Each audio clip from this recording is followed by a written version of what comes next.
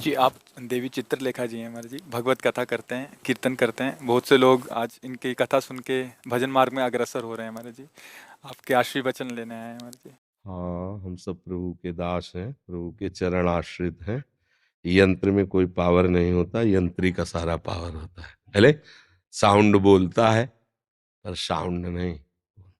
हमारे हरि गुरु हमारे यंत्री हैं, उन्हीं के इशारे से हम चल रहे हैं। वो जो बुलवा रहे हैं, इसका सौभाग्य करें, करावें, आप सब जने बड़ाई दें। हमारी बड़ाई नहीं, हमारी योग्यता नहीं। अगर तिनके को कोई यश मिलता है तो वायु का प्रवाह काम करता है। तिनके को उड़ाकर मंदिर की चोटी में बैठा दिया, बोले वाह तिनका। तिनका नहीं तो वायु का। हमारे प्रभु का अनुग्रह, भगवद यश गायन करने का सौभाग्य दिया, भगवत नाम जपने का सौभाग्य दिया, भगवत प्रेमियों के बीच में रहने का सौभाग्य दिया। ये मेरे प्रभु की कृपा है। ऐसा उपासक को हर समय देखते रहना चाहिए।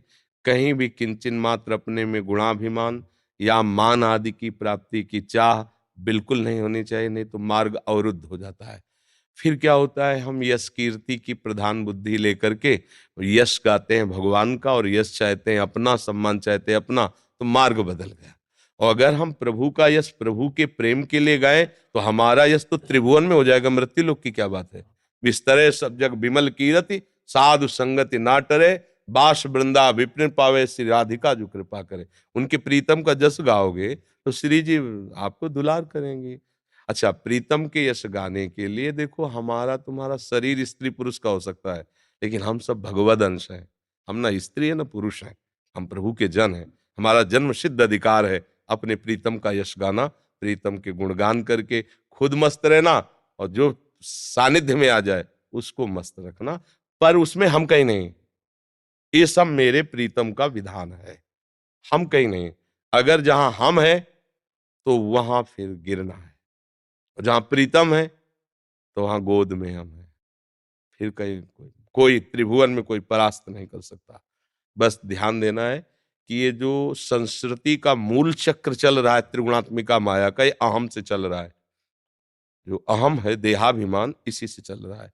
बस ये ना रहने पावे, इसकी धज्जियां उड़ा दिए। तृणादपि सुनी चेन तरूरिषुना, मानिना मान देन कीर्तने या सदा। वास्तविक ध्यान से देखो तो कुछ अपना पावर ही नहीं है। क्या पावर है?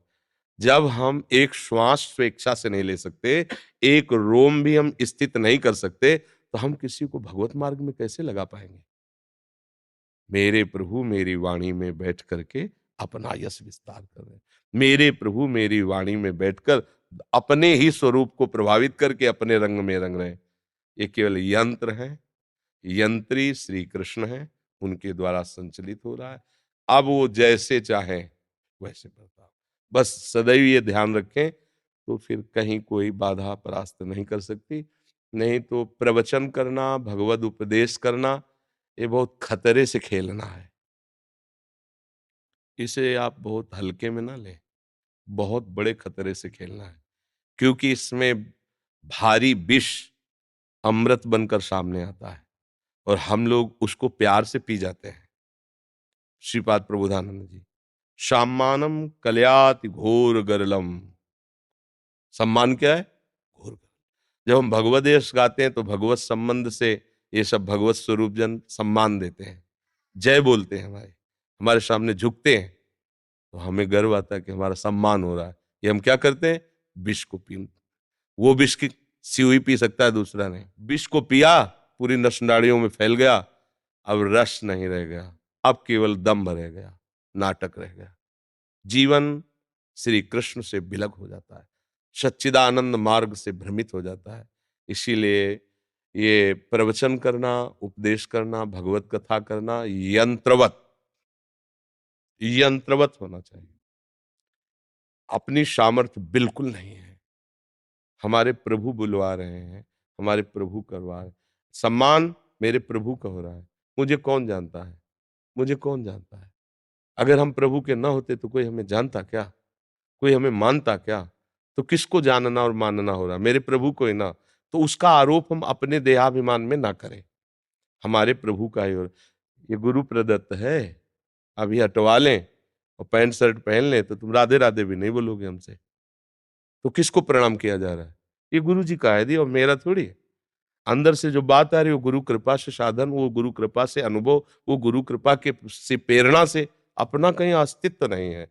उपासक जो भगवद यश गाता है उसे बहुत सावधान रहना चाहिए। सम्मान रूपी विष उसको पीने के लिए सहज मिलता है। वो ऐसी मीठी छुरी है कि हम अपने हाथ से अपना गला काट लेते हैं। जहां सम्मान को स्वीकार किया, मार्ग बदल गया। वो जान नहीं पाएगा ये मार्ग ऐसे नहीं, माया ऐसे ठग थोड़ी है कि वो ठग बन करके आवे। ठग ले जाती है तब तब पता चलता है अरे हम ठग गए क्या। रमैया की दुल्हन लूटे बाजार, खुली, घूंघट काट के नहीं, रमैया के दुल्हन लूटे बाजार। बस बचा वही मामे वे प्रपद्यंते माया मेताम तरन। बस श्री कृष्ण शरणम मम, श्री कृष्ण प्रभु के शिवा। ये सम्मान से बचने की आवश्यकता है। जब कोई मीठा बोलता है ना, बड़े भजन आनंदी संत, तो ऐसा लगता है कि हाँ, ये जहर है, ये जहर पी रहे हैं, सब बिगड़ जाएगा। अरे यहां तक भावुकता है ना, हमारे ठाकुर जी है ना सबके अंदर। बोलो अरे ये तो भगवान है, अवतार है। हम मान लिए हमने कि भगवान के अवतार। जहां जहां हमें त्रणादपि सुनिचेल, वहां गड़बड़ गड़बड़, सब गड़बड़। इसीलिए सदैव साधु संग के द्वारा अपने मन को, अपनी बुद्धि को पवित्र रखते हुए श्री कृष्ण चरणों में अर्पित करता रहे। अर्पित हुई बुद्धि मय्येव मन आधत्स्व मयि बुद्धिम निवेश है निवशस्य मय्येव अत ऊर्ध्वम न संशया। निरंतर मन बुद्धि को प्रभु में। ये बहुत बड़ा माया का जाल है। मान सम्मान प्रशंसा कीर्ति भीड़, सब माया का जाल है। हम अपने यश गा रहे हैं हरि का, तुम सुन लो, तुम्हारे भाग्य हैं। अच्छा लगे बुरा लगे तुम्हारी बुद्धि की बात है। हम अपने स्वामी के भाट हैं। सूतबंदी जन कैसे होते हैं? स्वामी का यश गाते। हम अपने स्वामी के भाट हैं, अपने स्वामी के सेवक हैं, अपने स्वामी के सूतबंदी जन जैसे नहीं, तो हम अपने महाराज का यश गा रहे हैं, लाडली लाल प्रिया का। तुम्हारा सौभाग्य है, सुन लो। तुम्हारा अगर भाव बनता है तो प्रणाम करो। मालिक कोई भाट को प्रणाम करता है क्या? महाराज को प्रणाम करता है। तो हमारे यहाँ महाराज बैठे हैं, मेरे पीछे महाराज बैठे, मेरे दाएं बाएं मेरे प्रभु बैठे, उन्हीं को प्रणाम, चाहे जिस दिशा से करो, वो हमारे प्रीतम को ही हो रहा है प्रणाम। बस अब बाल बांका नहीं हो सकता। और जहां प्रीतम को साइड में थोड़ा सा करके सामने आए, तो फिर रमैया के दुल्हन लूटे बाजार, वो बर्दाश्त नहीं कर पाएगी।